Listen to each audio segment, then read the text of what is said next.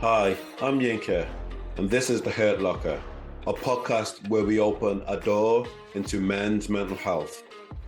Come and go. See, it's all right putting it down in a book. I can do that. That's fine. And you don't share that with anybody, do you? No, something that always frustrates me.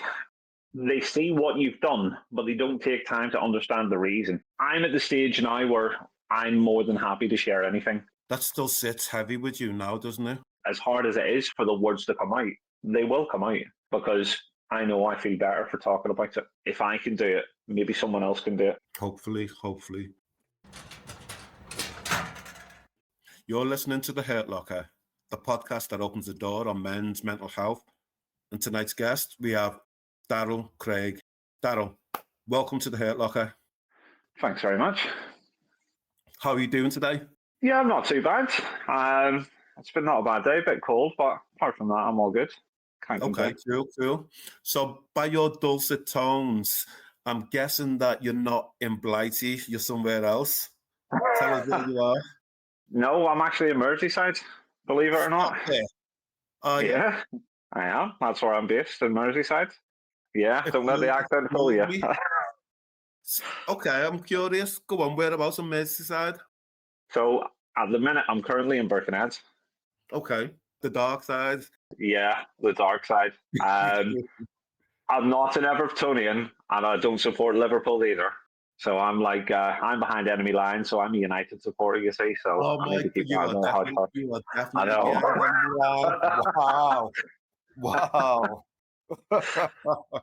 I'm not going to talk about last night's results. No, please don't. I'll cry. I don't want to cry. Darryl, welcome to The Hurt Locker. Thanks very much. Come on, without further ado, let's dive in. What's in your Hurt Locker? Oh, wow. What's in my Hurt Locker? See, it's all right putting it down in a book. I can do that. That's fine. So yeah, I think I've got like quite a lot from like the childhood and stuff like that, and growing up, a lot of stuff that I think took me many, many years to release. And it caused quite a lot of problems, I'd say, in my like early teens, late teens, 20s, until I learned to deal with them a lot better. A lot of acting out as a kid and stuff like that. But again, I think that was down to me not being able to process my emotions and not process what happened and the things that have gone on in my life. So tell me a little bit, where was growing up then? So growing up was not in Merseyside. It was back in Northern Ireland. So growing up, I lived in a town called, my earliest memory is a town called Whitehead. So it's just off the coast from Belfast. Not too far, probably about 20, 25-minute drive. Grew up there with my mother and my stepfather. At that time, believed he was my father. And he was quite violent towards my mother and towards me. There's quite a lot of psychological stuff that he'd done as well. Like I've got a huge aversion to vegetables to this day because of it. It's the stupidest thing, but I think psychologically it's just like it's put me off it completely. So there could be times where we were having Sunday dinner and I didn't like Brussels sprouts or I didn't like turnips. We had to sit until we had finished it. Now, if that took 3 hours or if that took 4 or 5 hours, that was absolutely fine, even if we free up. If we free up, that wasn't a reprieve. You had to go and stand face the wall for the next couple of hours. And then obviously there was the violence with a belt and the wooden spoon and stuff like that. And seeing him like, throw my mum over a chair while she was pregnant with my little sister, and stuff like that. So yeah, that was sort of my earliest memories of my childhood, growing up between the ages of like 3 till about 9, 10. Okay. When you spoke about standing up and having to face the corner, my head went down. Mm, because I experienced the same thing. yeah, And unless somebody's gone through that, I had to yeah, put my hands up. I had to put my hands up as well. And unless yeah. We somebody's, we had to hold things, hands up or hold things. Yeah, that's yeah, what it was. and And unless if your you've hands gone dropped, through you that, got the belt off the back of the legs. Yeah. yeah, and you don't share that with anybody, do you? No, no, not really. I say I'm at the stage now where I'm more than happy to share anything because if we're saying it's okay to talk, but yet there's things that I can't talk about, I'm being a bit hypocritical, probably. Yeah. So I need to like show that I can't go and say, tell people, you know, it's all right to talk and it's all right to release if I don't do it.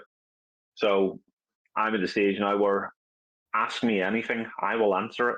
I don't hold anything back because I know that it's okay to talk. I know that it doesn't make you weak. So as hard as it is for the words to come out, they will come out because I know I feel better for talking about it. Okay, thank you for sharing. You mentioned right at the beginning that he was your stepdad, but you thought he was your dad. Yes. When was that revealed to you that he wasn't your biological father? I was told when my mum left my stepfather when I was about 9 or 10.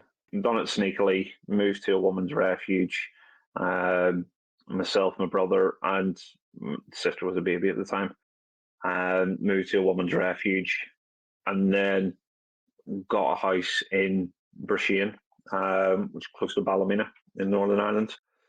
And then it was after a while being there, she sat me down and she told me, she said, "I just want to let you know that Sammy, he's not your dad." I thought, oh my God, thank God. I said to my brother and sister, no, but it turns out he was their father.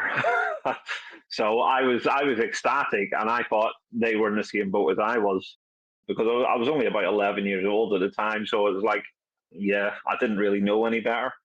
So I was a bit disappointed in finding out that he was still their dad, if that makes sense. He was still in their lives, even if it was Yeah, just tenuously. He was just by association, biological association. yeah. I mean, he was still in their lives, and at that point, they were they were still very very young, so they couldn't necessarily make a decision whether they wanted to go and see him or not at that stage. But it got to there was one time as well that he came and picked them up. And then when he was going, he dropped his eldest daughter, who my mum still at that point had a bit of a relationship with. So he had like eldest daughter, she was in her like 20s at that time. So my mum still had a bit of a relationship with her. So she came and stayed while he took the kids out for the day. And then when he come back, his daughter got into the car, but he never let my brother and sister out of the car, and he drove off. And at that point, he tried to take them back over to Liverpool. And I was only 10, 11. I was watching out of my bedroom window, and I was absolutely furious. And I tried to chase the car down. I ran down the stairs and tried to chase the car down the street. But I think because my little sister was only a baby at the time, he brought her back and just kept my little brother. Wow. What was the state of your mum at this time? she was she was already in a bad way because obviously she'd been in that domestically abusive relationship for years, and she that obviously had quite a profound effect on her in itself. So when the effect that had that broke her, when obviously he just drove off, it was like because it was premeditated, it was planned, and it completely broke her. It broke me, and at that point, I don't know what to say to her. I don't know what to say to make anyone feel better at that time. I'm only 10 or 11 years old. I'm still a child.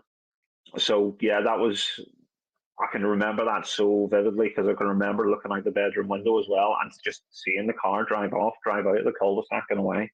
But that broke her. She fell to her knees completely. But I just like tried chasing a car down, like, because that's the only thing I thought I could do. I'm going to have to like try and chase a car down, but I'm only 10 years old. I Yeah. can't do that. But that was sort of like the thing, and that it took months to get my brother back. His mum had to go through the courts and stuff like that and everything. And I thought, well, how did she have to go through the courts when, he's just pretty much snatched the child? But again, it's a system. Biologically, he's the father. He's allowed to take him and stuff like that. But it's like, yeah, That still sits heavy with you now, doesn't it? it does. And I think a lot of stuff that happened to me in my childhood, it does sit heavy with me. But I say I'm in a lot better place to like talk about it and to like deal with it and stuff like that. But yeah, a lot of it does sit really, really heavy with me. A lot of it will still like affect me when I talk about it. But again, at the same respect, I'm all right talking about it, if that makes sense. Yeah. You spoke about, early teens, late teens, 20s, acting out. I'd imagine that once you, your mum, the family moved to the refuge, you just weren't walking on eggshells at that moment in time. There was a sense of freedom, liberation. Yeah. Yeah. So we moved to, it was Coleraine. So you're talking about like 40 odd miles away. And to be fair, it was literally one room in a refuge for like, four of us. It wasn't all bells and whistles.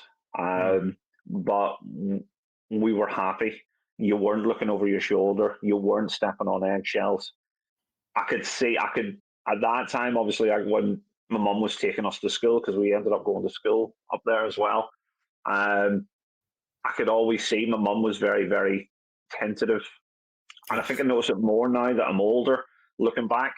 But she was very, very tentative. Like when you went out the gates of the women's refuge and onto the main street, it was always like looking over the shoulder and stuff like that. And I think there was still, because you're out of that security of the women's refuge. So I think as I got older, I sort of noticed that looking back, when she was taking us to school or picking us up from school, she did have that sort of like trepidation. She was always constantly looking over her shoulder and stuff like that. But yeah, I think when we were inside there, and do you know what? There was no fear when we were inside there.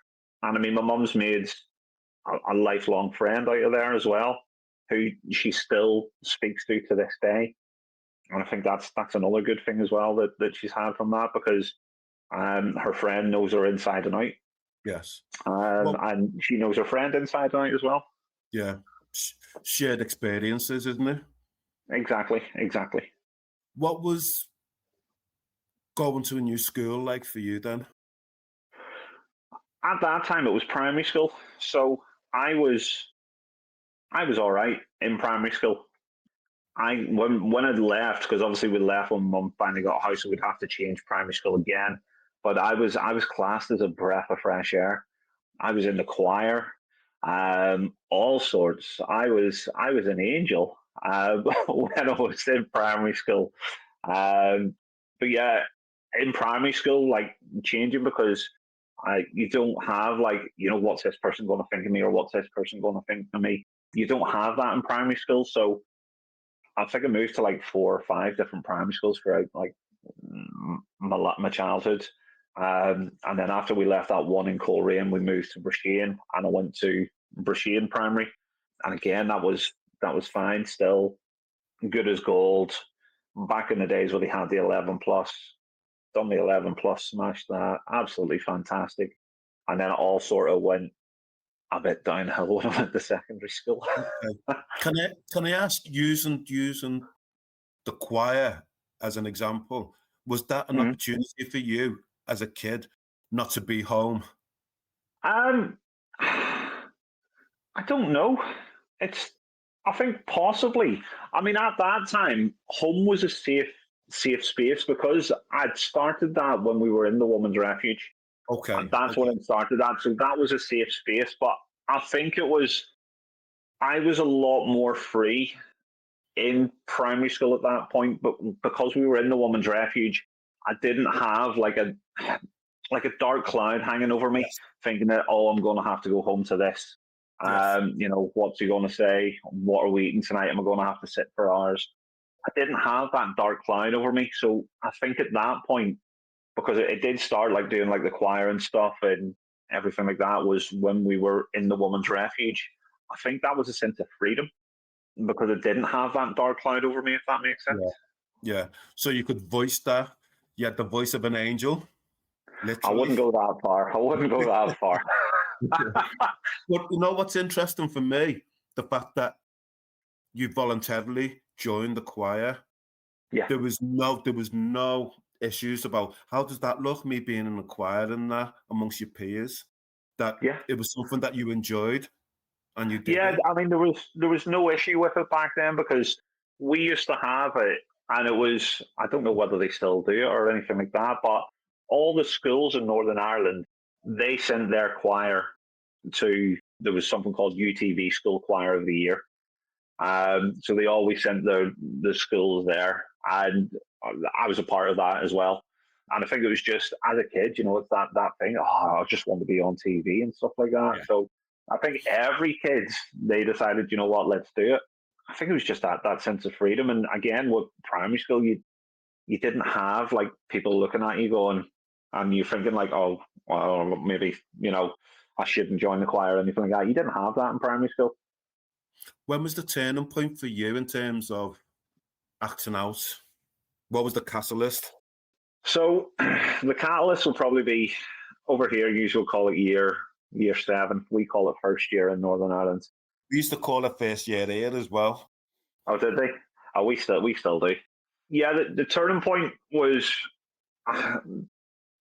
I'd say there was a time and an event that sort of coincided. So when I was in first year, my mother had slightly moved on, and she ended up meeting this guy, Alistair.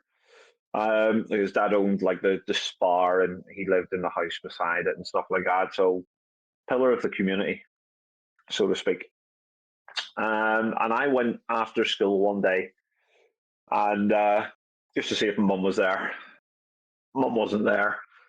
He he says, "Well, dear, why don't you have a look at this?" I says, "Okay." And bear in mind, I was only just like 11, just about. I think I just turned 12 or something. And he took me upstairs to the bedroom. He handed me a beer. Sort of looking at it, going, right, this is a bit weird. I've literally just come out of school. Um, and then he put on. He says, well, "Let's watch this." I said, "Right, okay." And he put on porn. So I'm sitting there. I was sort of looking at it and goes, "Right, this is like two guys. Where's the women? There's supposed to be women because at 12 years old, you don't know any better." Um, and then he started making comments about himself getting hard, and then he started like playing with himself, and then he started like running his hands like up my leg and stuff like that, and getting as high up as he possibly could. At that point, I wasn't even like looking at the TV. I'd sort of like completely zoned out. I was just holding on with two hands onto this like pint of harp. And I can remember it was a pint of harp, and just staring at the tab at the top.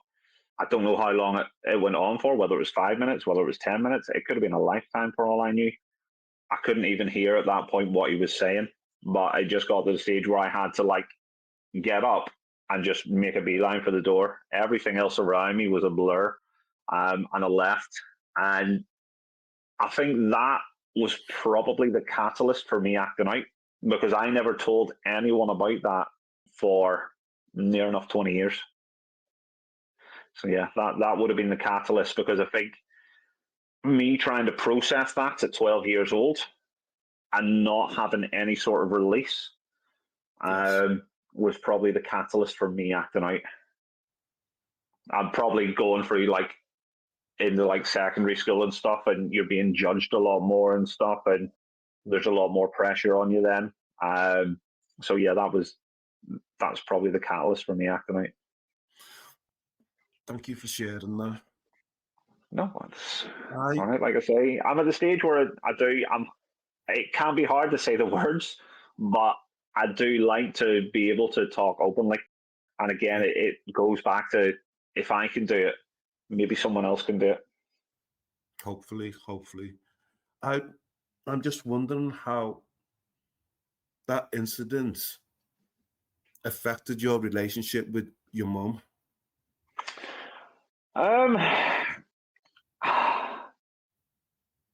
think at that time there was, because I was 12 and I was struggling to like process everything. I don't think it directly affected the relationship. Obviously, it was acting out a lot more, and it caused like a lot of problems between me and her. And it wasn't acting out directly at her per se, but I think I was just pointing the finger everywhere, probably subconsciously. I was probably pointing the finger at myself as well. I was probably blaming myself for that. I was the reason why it happened. I was probably blaming my mum. I probably blamed everyone bar him, the person in question. And I probably just went and just blamed everyone else because I couldn't process it. I couldn't process why it happened or anything like that. I had no processing whatsoever. Did your mum stay with them for a while, or? She stayed with him for a little while, and then they separated. Did he ever try it on with you again? No, because I made sure that I was never in the room alone with him at any time. I tried to avoid at all costs. I'd probably like stay out more with my friends and wait till my mum come home to her house, so I didn't have to go looking for her at his. I would stay out a lot more. Yeah, probably like 13, 14. I'm probably like starting drinking and stuff like that. And again, that was for a reason like probably to try and stay out or to like try and numb things a bit at that time. Were you protective of your siblings? Always. I've always been protective of my siblings, especially obviously with my stepfather and what he'd done. You know, whether it be like throwing my mum over the chair while she was pregnant with my sister, you know, kidnapping my brother and sister and stuff like that. And I've always been very, very protective of them. How was that then, being your siblings being around him, Alistair? I think at that point, my sister, and I think in my head, I thought, well, she's not a boy. She might be all right. I think that was how my head was sort of like processing it at that time. And I think like I'd sort of hoped in my head, and it was probably me being naive at that age. But I was thinking that, you know, maybe they're just too young for him. I don't know. But again, that was probably my naivety at that point, because now when you sort of look back, you're like, well, it doesn't matter what bloody age they would have been. It wouldn't have made a difference. Did you ever talk to your brother or sister about it? My sister knows about it. My sister does. My brother, he passed away before I had a chance to obviously release it to my mother and my sister and stuff like that. So he passed away. He passed away about 13 years ago. I'm sorry to hear that. No, thank you. You speak about acting out. You started drinking, staying out late, etc. What other things were occurring in your life to numb you? So I would, in school, I would answer back.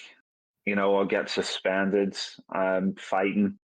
I got lifted home by the police after school for beating the head off some kid just for saying a stupid joke. I beat him with a head with a telephone receiver and started headbutting him, but the undercover police were there. So they lifted me and they ended up taking me home. And that's when I went to anger management. I think it was about 13 at the time. But didn't school recognise the change in you, and didn't anybody sit you down and say, what's going on here? What's happened? At that stage, I think they just sort of, and this is something that always frustrates me.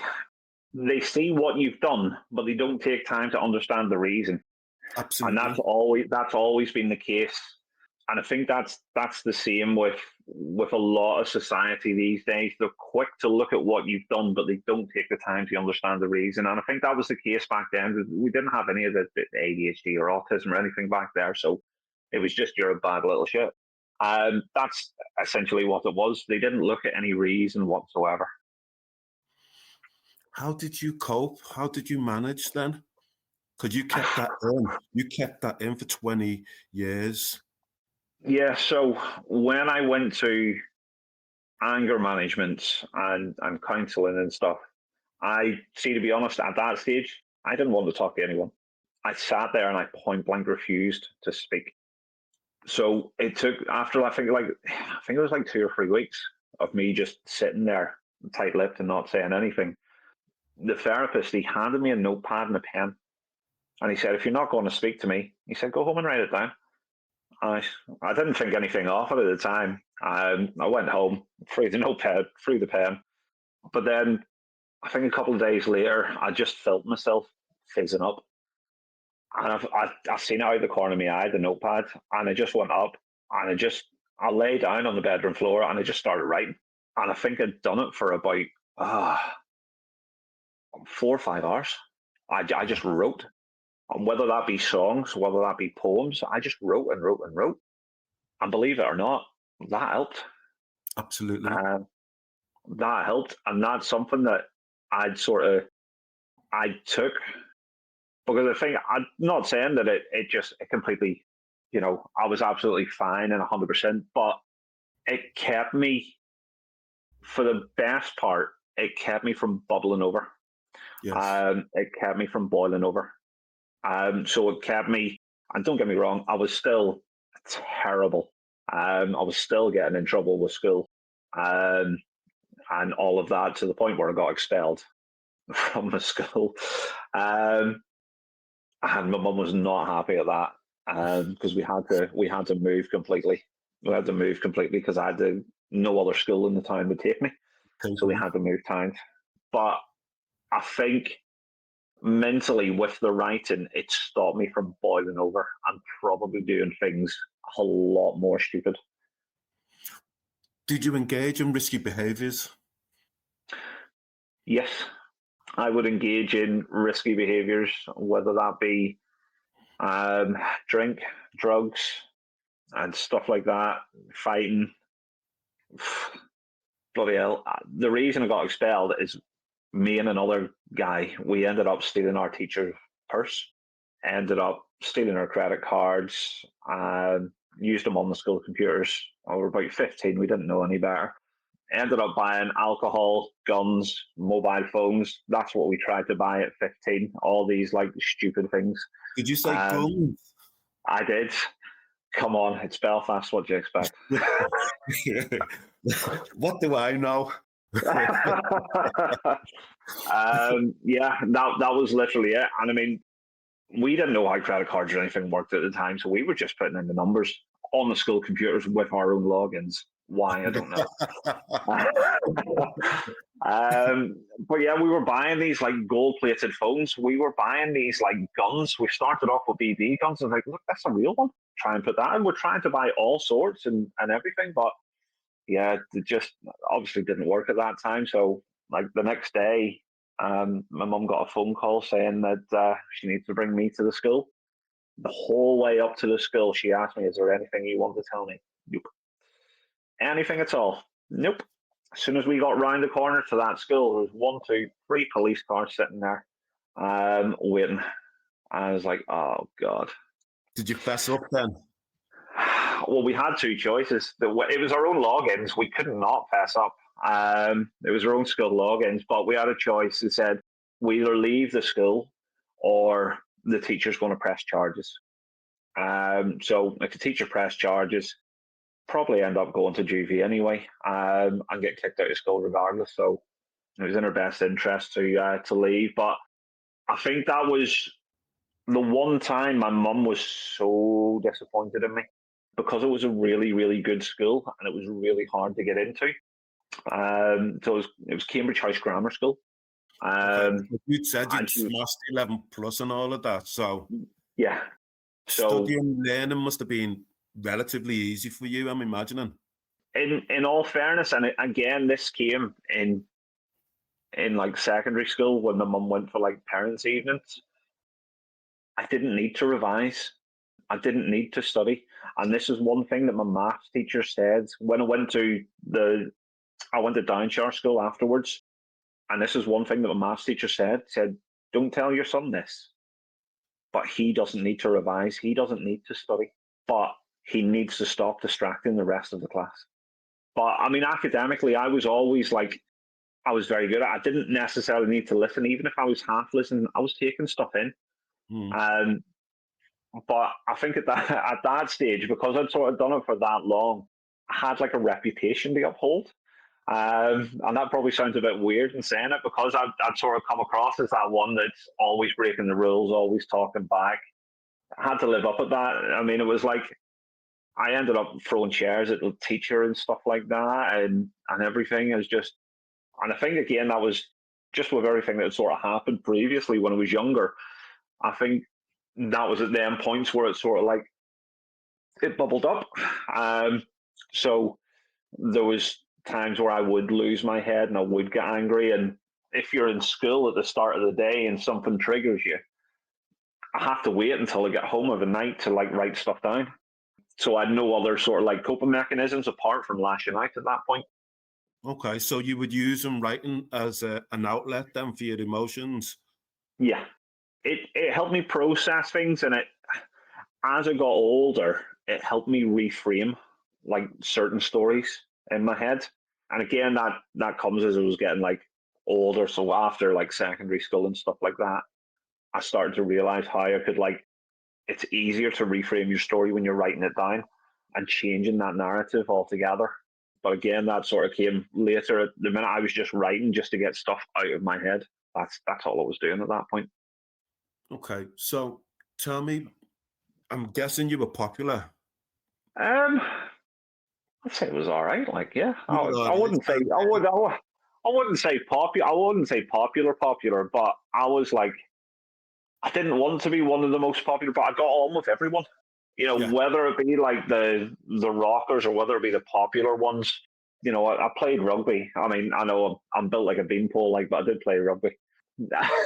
So yeah, I was part of the rugby team. You know, I was friendly with most people around there, different sort of like groups and stuff. And I was friendly with like all of them. And I think with that, I don't know whether it was because like I think in a way, thinking back now, I think I was friendly with them all because I didn't know what box I fit in, if that makes sense. It does. I think that's interesting. I'm going to go back a little bit because you used the word several times, reframing the narratives, your experiences. And I was wondering, therapy, you've had therapy. Yeah.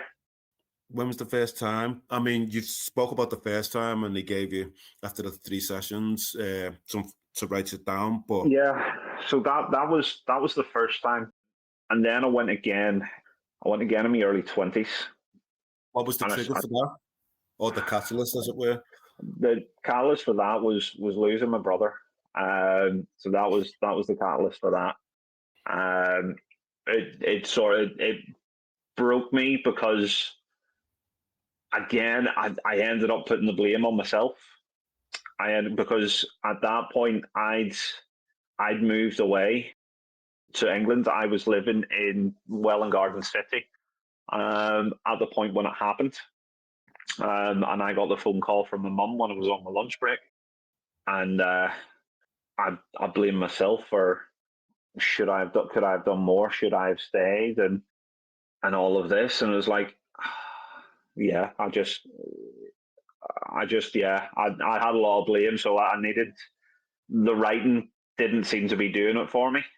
So I needed something. I was struggling sleeping and all sorts. And I was just constantly beating myself up. Your brother died by suicide? It was an accidental overdose. He fell into the wrong crowd, and it was an accidental overdose. I'm sorry to hear that. Why did you blame yourself? Because I felt like I'd abandoned him. At that point, I felt like if I had been there and maybe done more, because he had his own issues. And again, as you get older, you sort of realize I probably could have done more because he had his own issues. However, everyone has their own path and such. But he had his own issues. He got into the wrong crowds. He was heavily reliant on drinking drugs. Me and him were at loggerheads previously. About it all. So there was one time I was staying at my mum's for a day or two, and she finally just got herself back into work in a part-time job. My brother and his friends, they ended up stealing a keg of beer out of the bar. And I'm not talking about a little one, I'm talking about the big metal ones. They stole one of them. And my mum got up at 5 o'clock in the morning and seen that in the middle of the living room with him and all his mates. She was only going to work for a couple of hours, so she would come back at like about 8, 9 o'clock. And she said, by the time I get back, yous all better be gone, and that better be gone as well. So she went to work. She came back. He didn't. He didn't do anything at all. So my mum comes up and gets me, and she says, "Can you help me get these out of the house?" I says, "Aye, all right, okay." So I get up, get dressed. As I'm walking down the stairs, my brother has my mum by the throat, up against the wall. So the first thing I do is I bolt down, I drag him outside, and I start beating the shit out of him. I start headbutting him and all sorts, to the point where his nose is all mashed up.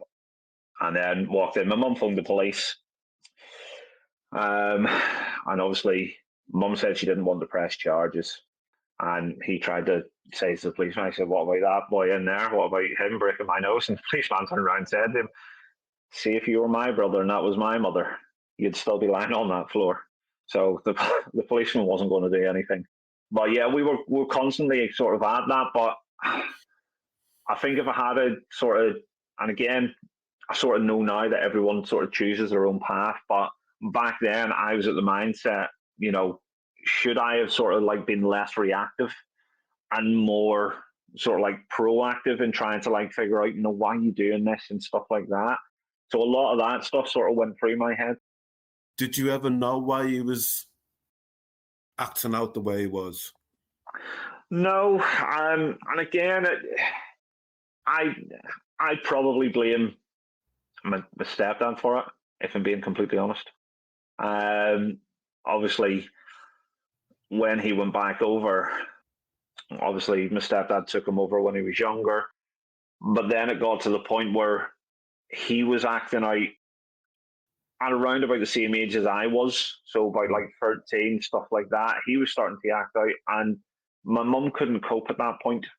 Yeah. So she sent him over to live with his biological father, my stepfather. And I think that probably caused a lot more issues. Yeah. How old were you then? So how old would I have been there? I'd have been about 19, 20. About 19, 20 at the time. So I'd just sort of like, I'd already moved out at that point. So Okay. I moved out when I was 17. As me and my mum were constantly under each other's feet and back and forth and having arguments and stuff like that. But so I moved out when I was 17. Yeah.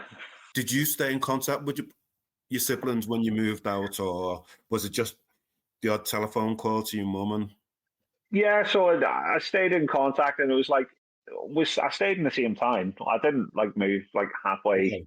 halfway around the world or anything like that. So I stayed in the same town. Still occasionally took my washing so she could do my washing and stuff like that. So yeah, I still stayed in contact and stuff like that. I wasn't a million miles away, but I think at that point, because I did move out, so I was serving my time as an engineer, and I was only getting like £65 a week at that point, and the rent for the house was like 90 quid a week.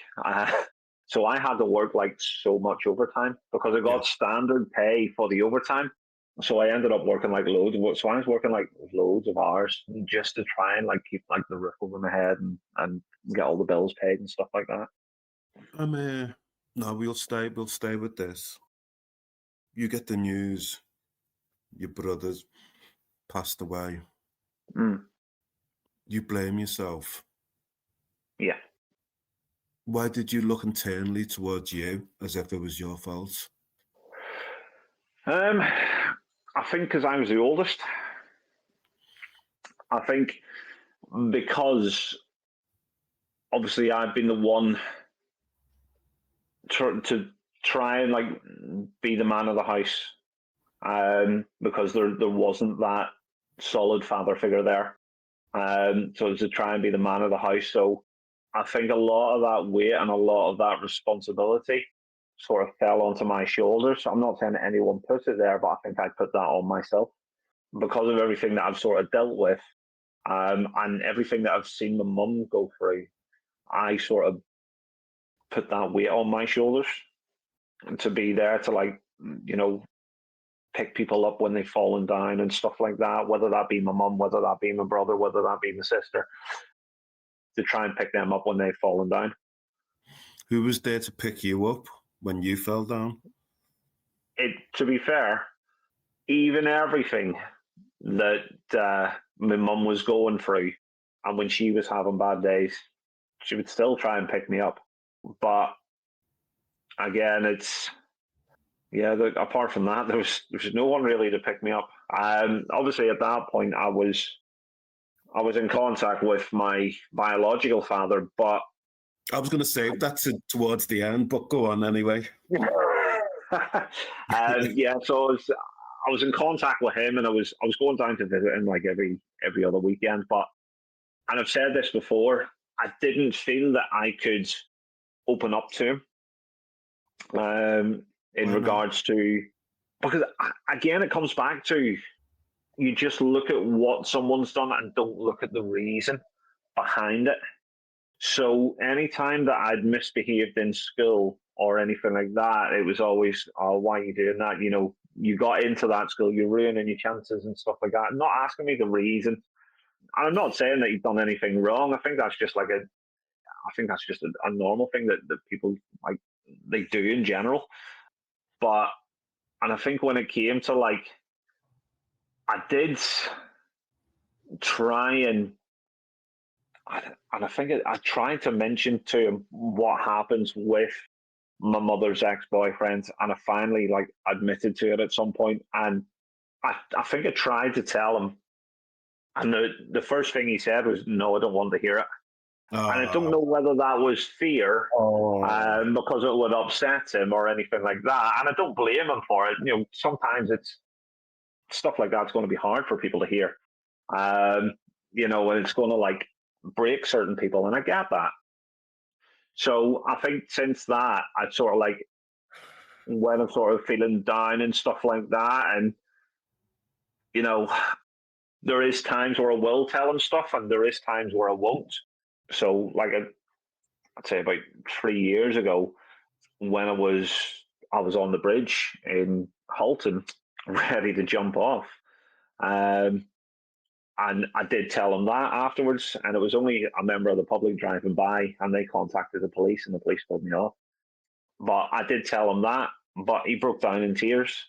And I think I can be a bit sort of hesitant telling him stuff because I don't know how it's going to affect him, because I don't feel that he's been through it, if that makes sense.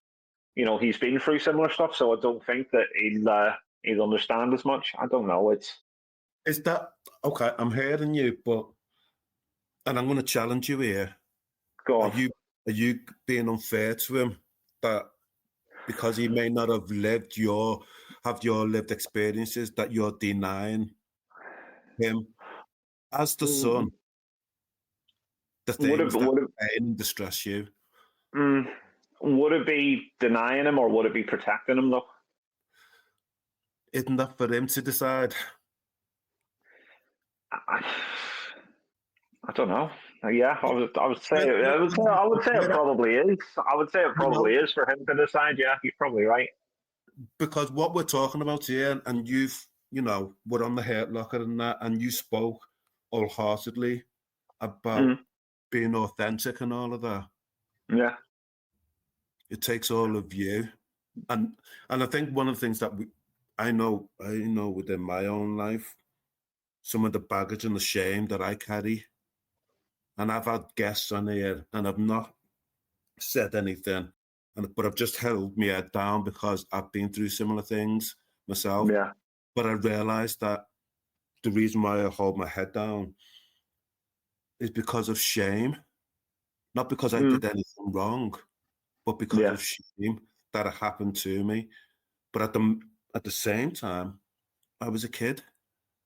Yeah. I was a kid. Yeah. You know? And that's it.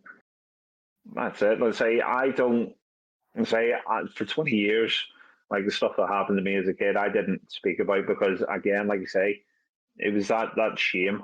But I'm at the stage where I will talk about it freely now because I'm not ashamed. Because everything good, bad, or indifferent that's happened to me in the past has made me the person that I am today. Absolutely. And that's so. I'm more than happy to talk about it. I'm not ashamed of talking about it, anything like that. That's why I said I'm happy to come on here and just be open and honest. How did it come about, you opening up to your sister, to your mum? It happened. We were all. I'd come over, and it was myself, my mum, and my sister, and we were all sitting down, and we were having a drink, and it was the first time that we'd been together properly for a number of years, and we started reminiscing about stuff, and something was said, and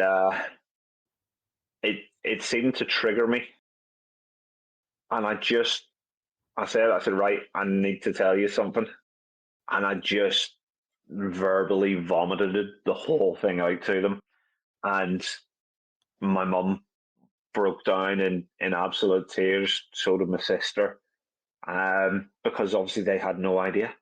Absolutely. They had no idea, and I didn't give them any reason to know that anything was going on. I kept it bottled up, and obviously he was quite clever because obviously mum didn't catch on to what he was doing. So yeah, that was about. It took me about, I'd say, about 19, 20 years. But then we just sat down, and I can't even remember what was said to sort of like it spring up in the front of my mind. But at that point, I thought, right, used to are here. It has to come out now. And do you know How did what? that I go on? felt a hell of a lot better. It was like the first person that I'd ever like said anything to was my mother and my sister. And you know what? I felt like a sense of release. I could have slept for a week. Absolutely. After they sort of got over the shock, because my first instinct was, oh my god, now they're like both bawling their eyes out, and my mum's like blaming herself and stuff like that, and it's like, oh, it's not how I wanted this to go. But then we sort of like talked about it and stuff like that, and I'd mentioned, how it had affected me and stuff, and this is sort of like come down to some of the reasons why I was acting out when I was younger. So yeah, but yeah, after everything had sort of settled down, I felt like I could sleep for an absolute week. I feel as if this is a difficult question for me to ask you, but I'm going to ask you anyway, because we're Go talking on. about mental health and that. And did you ever ask your sister if she had been safe during that period of time? I don't know. I don't know if that ever came up in conversation, because, like I say, when I sort of like told my mother and my sister, I don't know whether that came up in conversation. The reason why I asked that question was because you'd been open to your mum and your sister. Could it have had the adverse effect of your sister not saying anything? Does that make sense? Yeah, that makes sense, but I can't remember whether that conversation did come up at that time. But obviously we've gone, and again, I do talk about it openly and stuff like that. So she knows that if there is ever anything, she can come and talk to me. So touch wood, I don't think it has happened. But Hypothetical then. now you've got me questioning things. No, but hypothetical then. If the worst thing had happened, would you seek vengeance? Come on, we're having honest conversations here. So, Or have you sought vengeance for yourself as you've grown into this man? right, I will. I'll say this as vaguely as I possibly can. Okay. When it was when I did admit it, phone calls were made. Capiche. Enough said. Mm-hmm. Enough said. Yeah. Okay. And again, growing up in Belfast, Enough said. Thank you for sharing. no, that's fine. You know, life is hard. It's It is. easy. It's easy. And at the same time, on the flip side, it's hard. We don't want to be taken for mugs or idiots. But sometimes people take the piss. Literally. Yeah. Literally. 100%. Going back to your brother, when you went into therapy Mm. in your early 20s, how was that for you? I think at that point I was more open to talking, but again, I've always been one where I didn't think it helped because I always come out feeling worse. Every single time, I always You know, come put out a feeling smile on worse. your face. Yeah, I didn't think it worked because I always I always come out feeling worse. And it was like, it's like opening Pandora's box and then all these things Absolutely. come flushing back and stuff like that. Absolutely. So I always felt worse. And every time I sort of walk out, why am I here again? Um, so yeah, I mean, I've nothing against like therapists or anything like that, but I'm I glad don't you said think that. I don't think it's one glove fits all. Absolutely not. Absolutely not. And you know what? That's what I'd sort of come to the conclusion at. And yeah, one glove. It's not one glove fits all. And I would say to that, sometimes sitting in a room looking at somebody face to face might not be the ideal combination. It could be Yeah, going for a walk or fishing or yeah, even playing rugby. And that's yeah, where the bonding and the sharing can happen. yeah. And I think it's just, and that's why I'd sort of like. That's the stage I'm at now. Because obviously I do the writing and stuff like that because that's a form of release for me.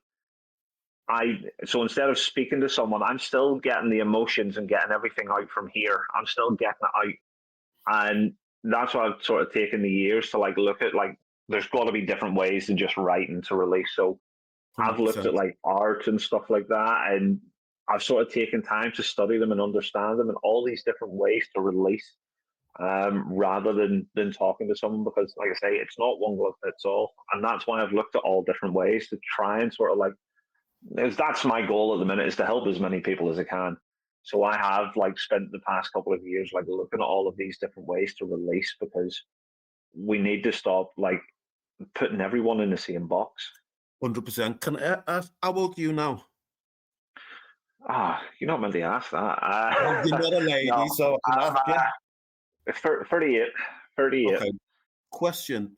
Do you do Mm-hmm. writing classes? I do writing workshops. Oh, sorry, Yeah, writing workshop, yeah. yeah, I Do do. you, are they just solely for adults or do you do it for young men? Um, I'll be honest, we are looking at doing ones for children aged 12 to 17. That's something that I'm putting together at the moment. It's like I say, we've got about 9 different workshops at the moment, but I want to do ones for because kids go through a lot. Absolutely. Especially from We like know 12 this. to We know 17 this. as well. Yeah.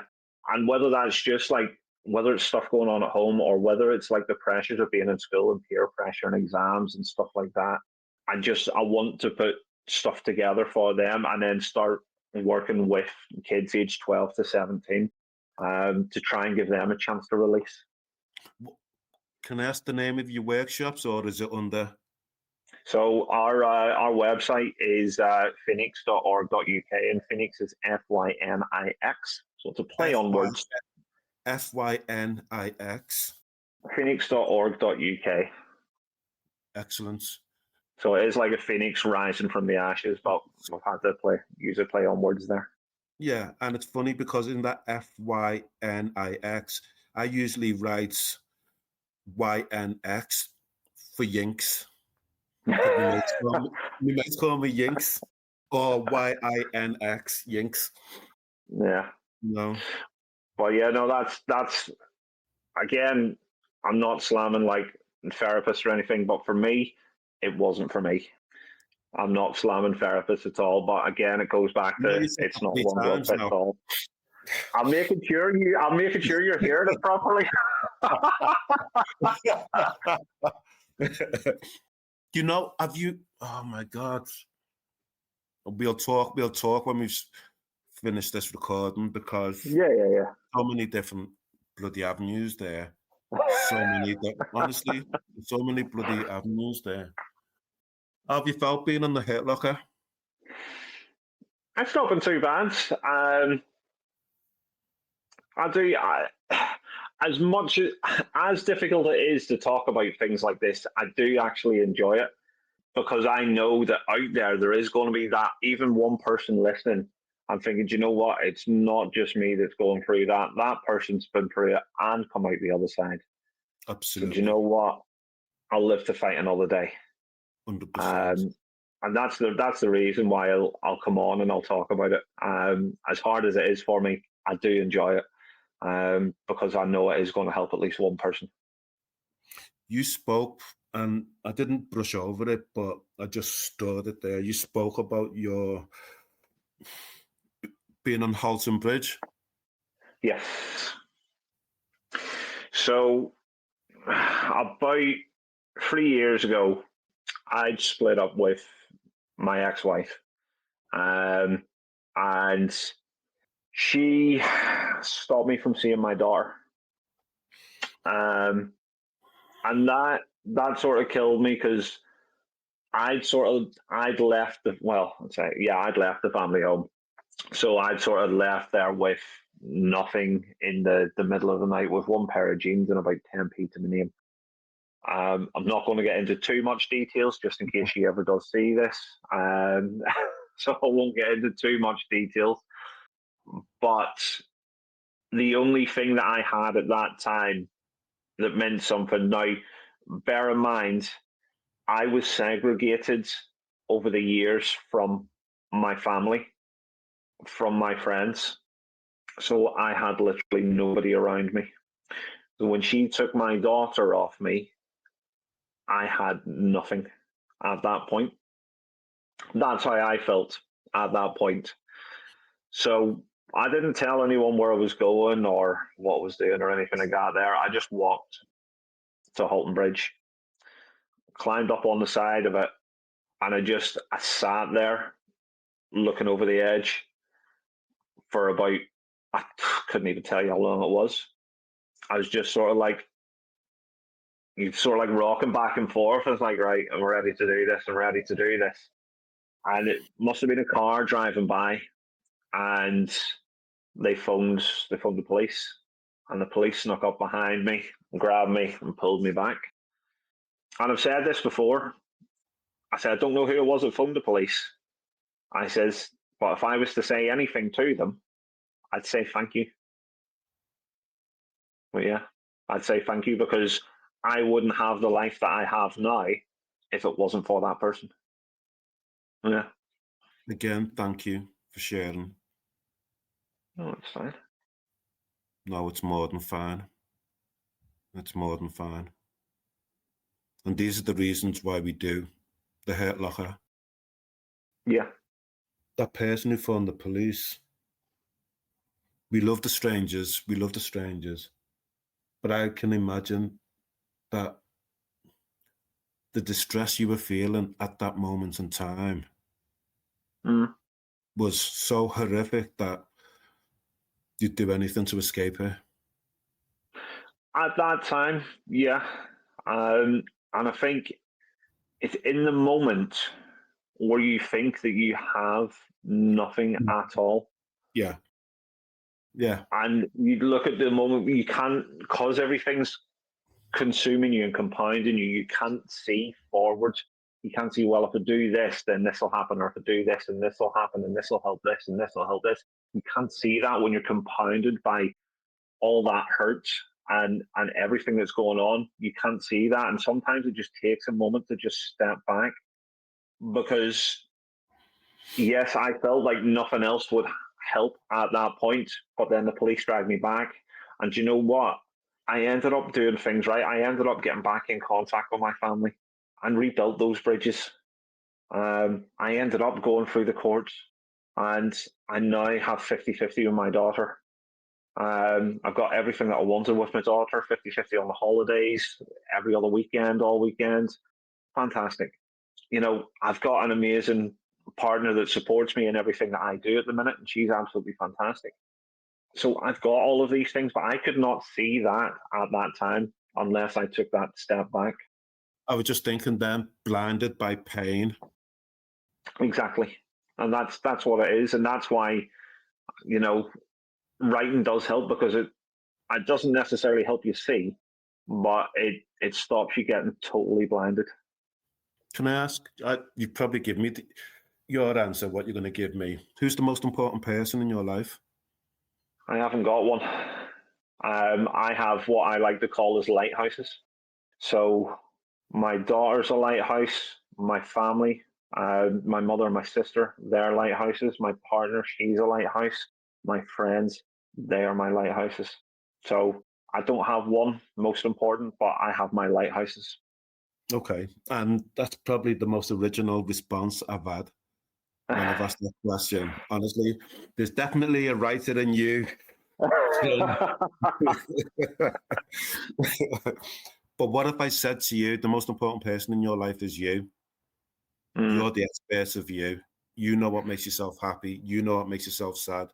And only by attending to your needs, first and foremost, can you be fully there for all the lighthouses that are important to you. And imagine this. Imagine if you took care of business for you. Imagine how much brighter, textured, luminous, brilliant the light would be of those people who are your lighthouses. Yeah. No, I know. And to be fair, my partner says that all the time. She says, you need to stop putting other people first. She said, you will bend over backwards to help anyone, but you need to start looking after yourself first. I know. But she does say it to me all the time. One last question. Go on. The Hurt Locker's finished.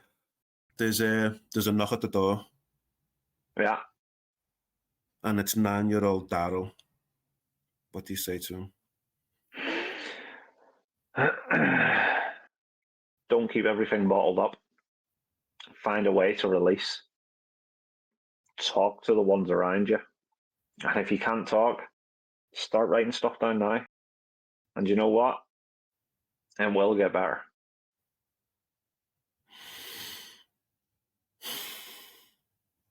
Because I know 9-year-old Darryl's going to go through the same thing, but 9-year-old Darryl just needs to know it's going to get better.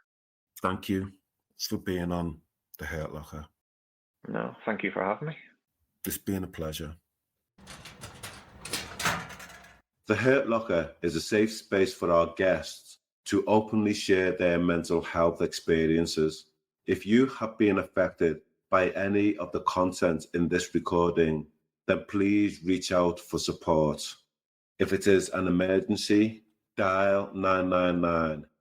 If you would like to talk to somebody today, then please call the Samaritans on 116 123. Stay safe. Thanks for listening to this episode of The Hurt Locker. Please give us a rating or share with another listener. You can also follow us on Instagram and Facebook at The Hurt Locker Pod.